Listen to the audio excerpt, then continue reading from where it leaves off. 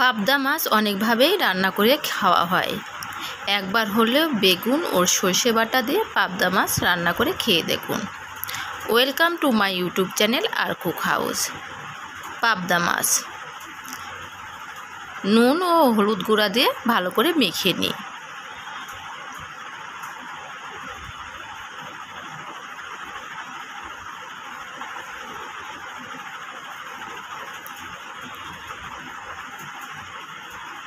আমি মাছ মেখে রেখে দিচ্ছি।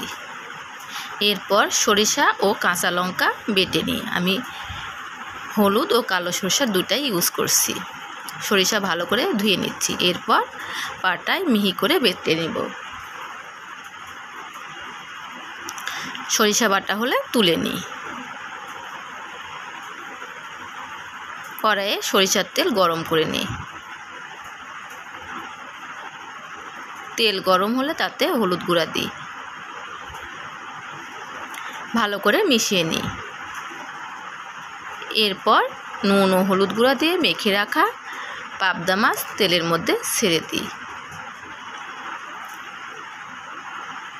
উল্টে পাল্টে লাল লাল করে ভেজে নিই। নুন হলুদ দিয়ে মেখে রাখা মাছ আমি ভালো করে ভেজে নিচ্ছি। তেলের মধ্যে হলুদ দেওয়ার দুটি উপকারিতা: এক, মাছ কড়াইয়ে লেগে যায় না, আর দ্বিতীয়ত পাবদা মাছ ফোটে না। একই পদ্ধতিতে বাকি মাছগুলো ভেজে নিচ্ছি। মাছের এক পিঠ ভাজা হলে উল্টে অপর পিঠও ভেজে নেব।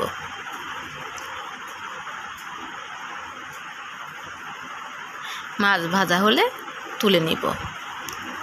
এখন ওই তেলে শুকনো লঙ্কা ও কালো জিরা ফোড়ন দিই। এরপর কেটে ধুয়ে রাখা বেগুনগুলো দিয়ে দিই। বেগুন দিয়ে 2 মিনিট ভেজে নিই। এরপর তাতে পরিমাণ মতো নুন ও হলুদ গুঁড়া দিই। ভালো করে 3-4 মিনিট ভেজে নিই। আমি বেগুন ভাজার সময় ঢাকনা দিয়ে ঢেকে ভেজে নিচ্ছি। এতে বেগুন ভালোভাবে সিদ্ধ হয়ে যাবে।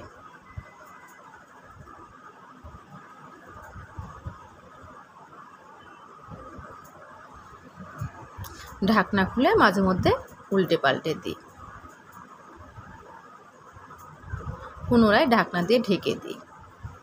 এইভাবে 3-4 মিনিট রান্না করার পর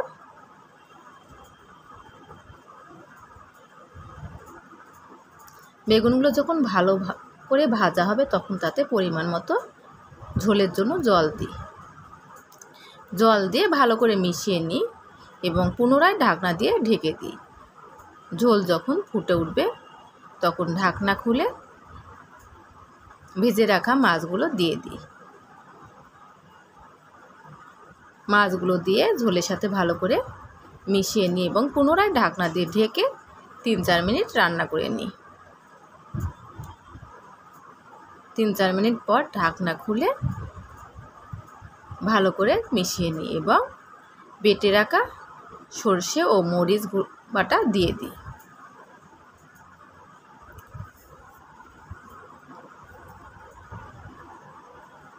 সর্ষে ও মরিচ বাটা দিয়ে ভালো করে মিশিয়ে ঢাকনা দিয়ে ঢেকে 2 মিনিট রেখে দিই।